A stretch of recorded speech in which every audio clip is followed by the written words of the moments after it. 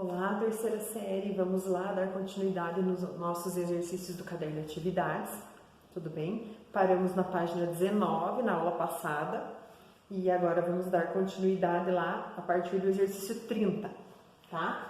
Falta só o exercício 30, 31, 32, 33 e 34 para nós finalizarmos essa parte de indução eletromagnética, tá? Aí depois a gente vai para a parte da física moderna. Então vamos lá, caderno de atividades, na página 19, exercício 30. Lá no exercício 30 está falando sobre os eletroímãs, que eles são formados por solenoides, que é aquele fio enrolado em forma de mola, né? São utilizados por guindastes eletromagnéticos que servem para transportar materiais metálicos muito pesados. Então, o engenheiro, para construir um eletroímã, utiliza um bastão cilíndrico de ferro de 2 metros de comprimento, tá? Vou anotar os dados aqui, ó. Comprimento 2 metros. E enrola com um fio dando 4 vezes 10 a 6 voltas, tá? Então, o M, o número de voltas, 4 vezes 10 a sexta, seria 4 milhões de voltas. Ao fazer passar uma corrente de 1,5 ampere pelo fio, um campo magnético é gerado no interior desse solenoide e a presença do núcleo de ferro aumenta 1000 vezes o valor desse campo. Tá? Então, o campo magnético que vai ser gerado é 1000 vezes maior do que o campo gerado no solenoide. Tá? Então, adotando para essa constante aqui da permeabilidade magnética 4π vezes 10 a menos 7, nós queremos calcular o valor desse campo magnético. Então, gente, não sei se vocês lembram lá, campo magnético de solenoide, nós estudamos o campo magnético gerado por fio retilíneo, espira e solenoide, tá? Ele é N vezes μ vezes I divididos por L, tá? Essa é a fórmula. Então, e além disso, esse campo gerado pelo solenoide vai se tornar 1000 vezes maior por causa do núcleo de ferro que eu adicionei lá, tá? Então, vamos só substituir os valores e calcular aqui, ó. O N é 4 vezes 10 a sexta, a constante aqui é 4π vezes 10 a menos 7, a corrente elétrica é 1,5 e esse 1000 aqui é porque vai aumentar 1000 vezes, o comprimento é 2. Tá? Então, resolvendo aqui, multiplicando, ó, 4 vezes 4, 16, 16 vezes 1,5 dá 20, 20 vezes 1000 dá 20.000, né? Daí divididos por 2, 10.000, e ainda arrumando as casas decimais aqui, tá? Eu chego numa resposta de 12π vezes 10 ao quadrado. Tesla. Tá? Esse é o valor do campo magnético final. Agora lá no exercício 31, gente, na próxima página, na página 20, vocês têm um ímã, né, que está se movendo aqui. Vários exercícios desse sentido nós tivemos, né, um ímã se movendo aqui próximo a uma bobina, tá? E temos que colocar lá verdadeiro ou falso. Então a primeira alternativa diz que mantendo a distância D constante, surge uma corrente elétrica induzida? Falsa, tá? Só vai surgir corrente induzida se eu movimentar o ímã ou movimentar a espira. Então, eu não posso manter essa distância entre eles constante. Eu tenho que aqui movimentar o ímã, variar a distância D para variar o fluxo. Se não tiver a variação de fluxo magnético, não tem corrente, tá? Então, falsa a primeira. Durante a aproximação do ímã à espira, observa-se uma corrente que surge no sentido horário.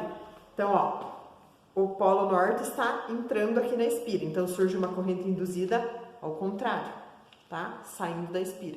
Se ela está saindo, ela está girando no sentido anti-horário, não horário, tá? Então, falsa. A letra D. Durante o afastamento do ímã surge uma corrente no sentido horário, aí sim, se na aproximação é anti-horário, no afastamento é horário, verdadeiro, tá? E girando o anel em torno do eixo Z, observa-se o surgimento de uma corrente elétrica induzida? Sim, porque se eu girar o anel, eu estou fazendo variar o fluxo, a quantidade de linhas de campo que passa lá dentro. Aí também gera corrente elétrica, tá? Então, falso, falso, verdadeiro, verdadeiro. Letra A é a correta. Tá?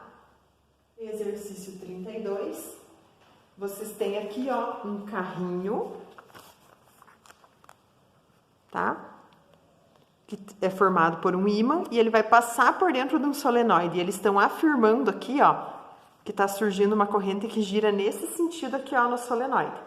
Tá? Então, pela regra da mão, gente, se a corrente gira no solenoide desse jeito, ó, meu polegar aqui apontando para esse sentido. Então, significa que o carrinho precisa se aproximar aqui do solenoide para gerar um campo magnético nesse sentido, tá bom? Então, é isso que eles estão perguntando. Para o carrinho se movimentar e passar aqui por dentro, o que ele tem que acontecer? Ele tem que se aproximar do solenoide, letra A, tá bom? Marca X lá na letra A. O exercício 33 tá falando que vocês têm lá 2 ímãs, né? Uma espira no meio desses ímãs. E essa bobina está presa num eixo que passa pelo seu diâmetro e gira com uma velocidade constante de 2 rotações por segundo.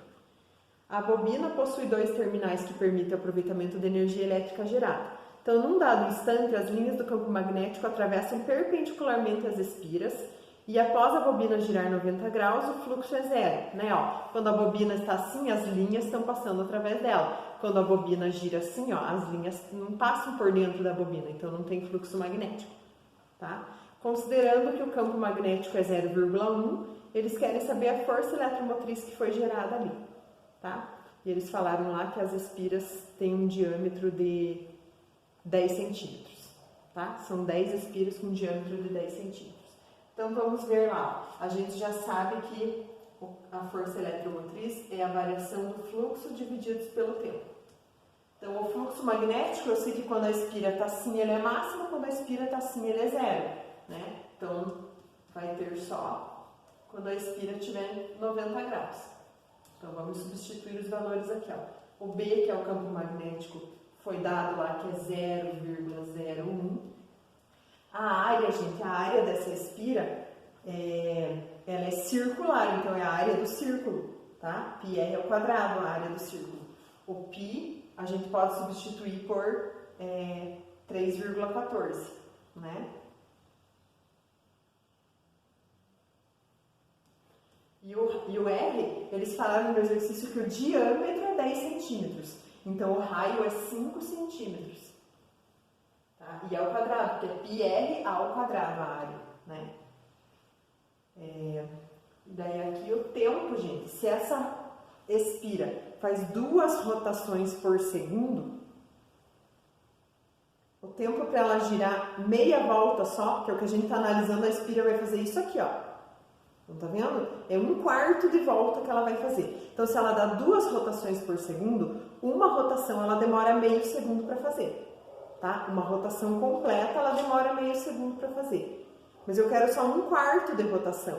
Então, 0,5 divididos, 0,5 é o tempo para dar uma volta. Então, divididos por 4, porque é 1/4 de volta, 0,125 é o tempo que eu tenho que analisar.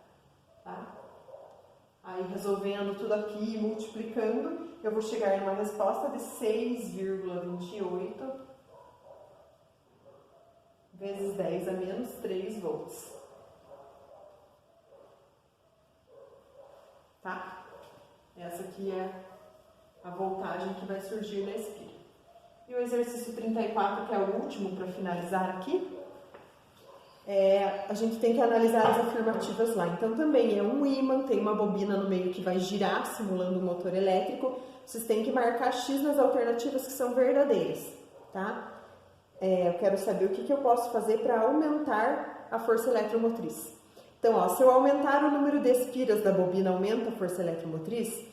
Sim, porque o campo magnético é proporcional ao número de espiras, né? Olhem nesse exercício aqui, ó. O campo magnético é proporcional ao número de espiras. Quanto maior o valor do N, maior vai ser o campo magnético. Quanto maior o campo magnético, maior a voltagem, tá? Então, verdadeira primeira. Marca X lá na 1, tá? A2, se eu diminuir a área da espira. Não, gente, ó. A força eletromotriz é proporcional à área. Então, se eu aumento a área, aumenta a voltagem. Se eu diminuo a área, diminui a voltagem. Tá? Então, a 2 é falsa, eu não posso diminuir a área. Se eu aumentar o campo magnético, verdadeira, ó, aumento B, aumenta a força eletromotriz. Então, a 3 é verdadeira. A 4, diminuir a resistência elétrica da bobina. Não, ó. Campo magnético e força eletromotriz não tem relação com a resistência da bobina, tá? E aumentar a frequência de rotação da bobina. Essa é verdadeira, porque vai variar mais o fluxo aqui, tá? Variando mais o fluxo vai aumentar a força eletromotriz. Então, a 5 também é verdadeira, tá? Então, marca X na 1, na 3 e na 5. E assim nós finalizamos, gente, esses exercícios aqui. Agora falta só a parte de física moderna para a gente finalizar o caderno de atividades. Aí eu vou ver se semana que vem a gente faz algumas aulas pelo Google Meet para resolver esses exercícios juntos, tá bom? Então, até a próxima semana.